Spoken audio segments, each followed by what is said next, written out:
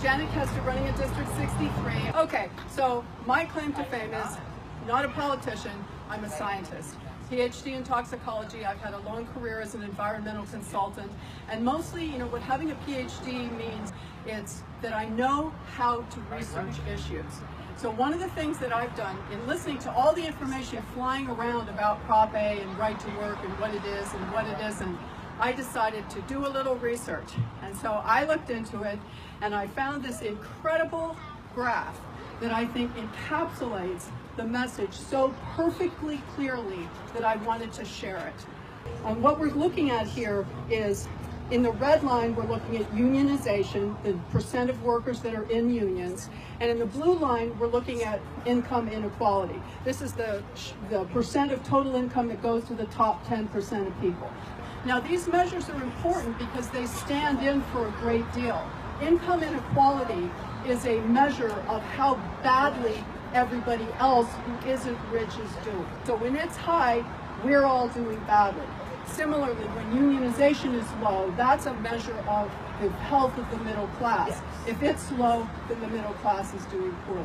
So we're looking here at 1917 through 2014. You can see that in the 20s and 30s, more than 40% of total income went to the top 10%. Unionization was down around 10%. These were the conditions that led in 1929 to the stock market crash and the Great Depression. Okay. In 1935, FDR, part of the New Deal, passed the National Labor Relations Act, the Wagner Act, it's also known as, which allowed workers to organize and collectively bargain for the first time, and also established a federal agency to deal with it. So labor became part of the government.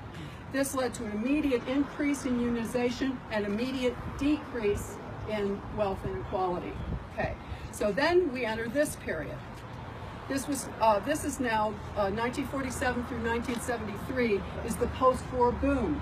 That's the time that people are talking about when they say "Make America Great Again." That's what people are talking about going back to. Now, some of you are too young to know really anything about that time period, but I'm not. I'm a baby boomer. I was born then, and yeah, it was a great time. Now, there were things about it that weren't so great, and that is that all the benefits really redounded to white men. But what's really great about the period is that people were able to step back for a moment from the struggles of just trying to get by in this country and say, we need to spread the benefits a little bit. This is where the women's movement and the civil rights movement came from, because we had this period.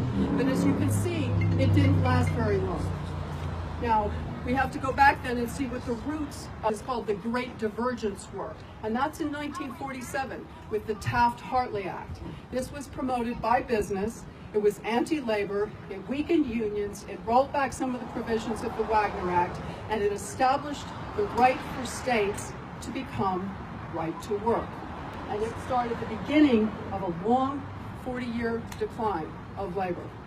In the 40 years since the end of the post-war boom, the golden age, income inequality went right back up where it was in the 20s and 30s. Labor has gone right back down to where it was right before the Great Depression.